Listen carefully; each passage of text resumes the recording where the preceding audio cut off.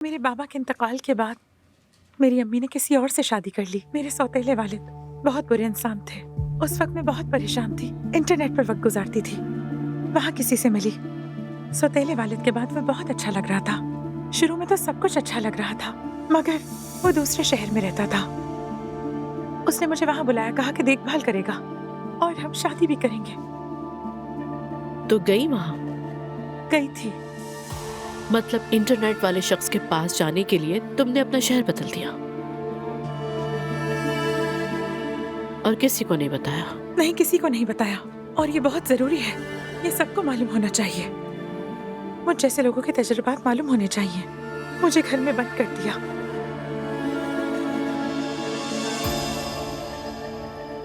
मुझे मजबूर कर दिया ऐसी चीजें करने पर जो मैं नहीं चाहती थी।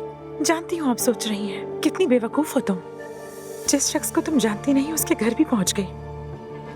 तुमने यकीन ही क्यों किया? लेकिन नहीं, बिल्कुल भी नहीं। मेरे दिमाग में ऐसी कोई बात नहीं आई। न मैं ये जान सकती हूँ कि तुम्हारे क्या जज्बात होंगे। इंसान बगैर तजुर्बा किए किसी के किए गए काम का सबब नहीं जान सकता। इसीलिए मैंने अपनी जिंदगी के तजुर्बात पर किताब लिखने का फैसला किया।